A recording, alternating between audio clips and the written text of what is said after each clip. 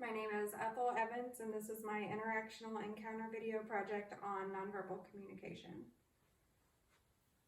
Peter Drucker once said the most important thing in communication is hearing what isn't said. According to our textbook, Communication Mosaics, nonverbal communication accounts for 65 to 93% of total meaning of communication.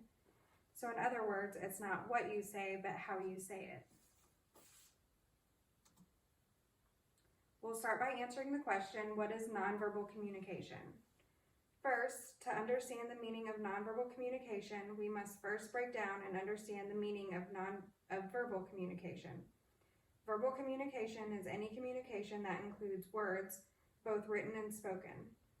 For example, the words that are coming out of my mouth right now to give this presentation, or the words that are written on the note cards that I'm reading from, are both examples of verbal communication.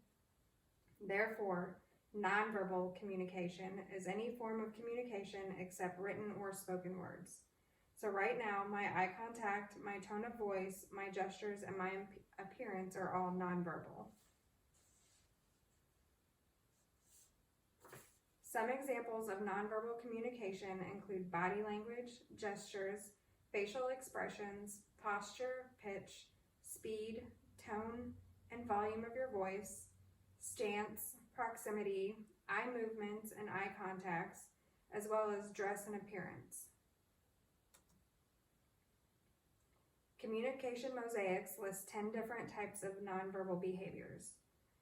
These include kinesics, haptics, physical appearance, olfactics, artifacts, proxemics, environmental factors, chronomics, paralanguage, and silence.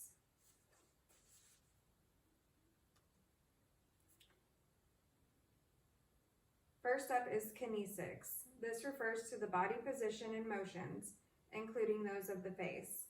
Some examples are when you are standing or sitting stiffly or rigidly because you're nervous, when my preteen rolls her eyes at me because she thinks I'm being annoying, or when you smile at a stranger passing by, or even when you make eye contact with your audience.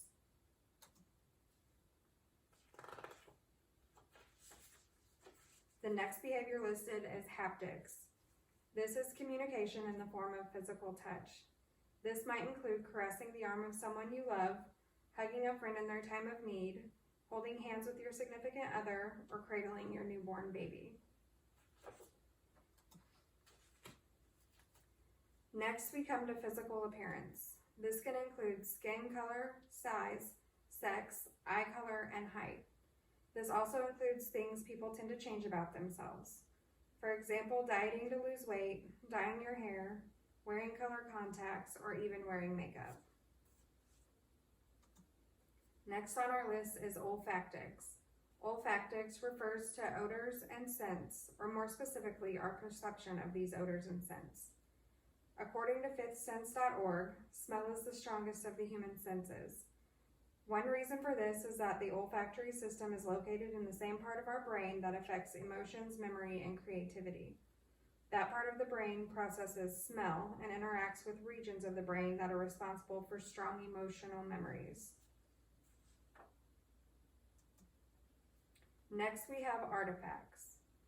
Artifacts are personal objects we use to announce our identities and to personalize our environment. Women wearing jewelry such as a ring to signify marriage, or military people who wear uniforms adorned with stripes and medals to signify rank and accomplishments. This also includes Native Americans who wear jewelry and tribal symbols to represent their heritage. Up next, we have proxemics, which refers to the space and how we use it. Every culture has norms for using space and how close people should be to one another. For instance, South Americans tend to be close talkers. However, people from the United States prefer to have their own space. All the kids expect their own bedrooms, and the adults expect a reasonable distance from one another when speaking. Now we have the environmental factors. These are elements of setting that affect how we think, feel, and act. A candlelit dinner promotes romantic feelings, and dim lights provide a calm and quiet atmosphere, while fast food restaurants use well-lit rooms with bright colors to encourage fast eating.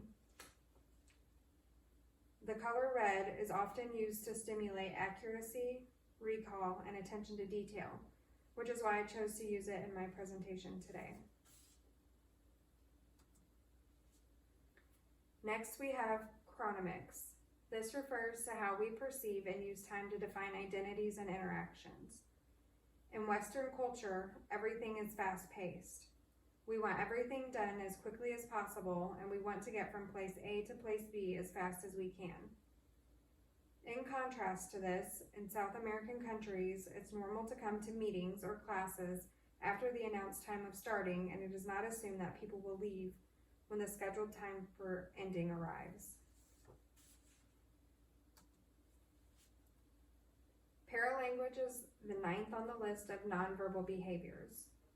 It is defined as communication that is vocal but not words. This includes sounds, sighs, murmurs, gasps, vocal qualities, volume, rhythm, pitch, and inflection.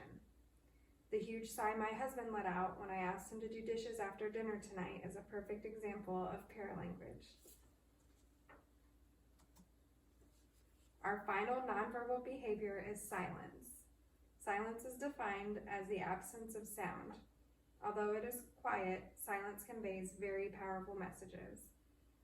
As most of us have experienced, the silent treatment is a very common form of punishment or reaction when we're mad. Nonverbal communication is even popular in digital media, where most forms of communication are written words. Emojis are widely used to express feelings or relay messages.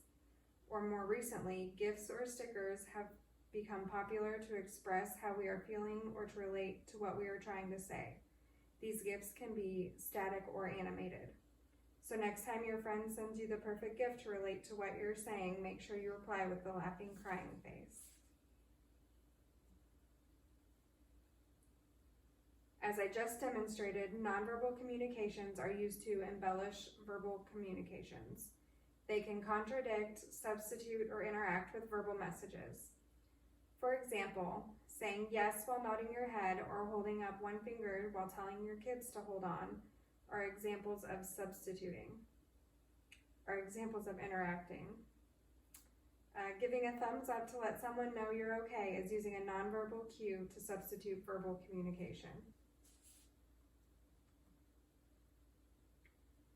Nonverbal messages tend to be more believable than verbal messages.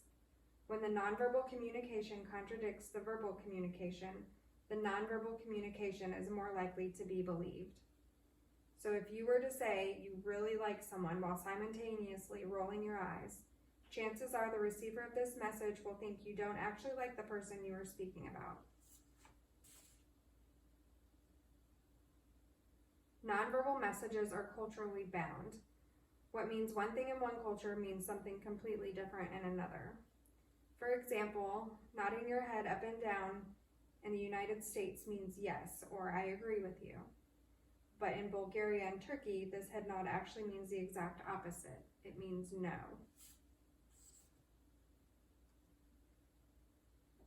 Understanding nonverbal communication is extremely important because it makes up a majority of the meaning in our communication. To reiterate what we discussed, nonverbal communications are all types of communications except written and spoken words. There are 10 different types of nonverbal behaviors. These are kinesics, haptics, physical appearance, olfactics, artifacts, proxemics, environmental factors, chronomics, paralanguage, and silence. We use nonverbal communication when we text our friends or when we use sarcasm to describe someone we don't really like. We even see nonverbal messages when we read the road signs as we drive.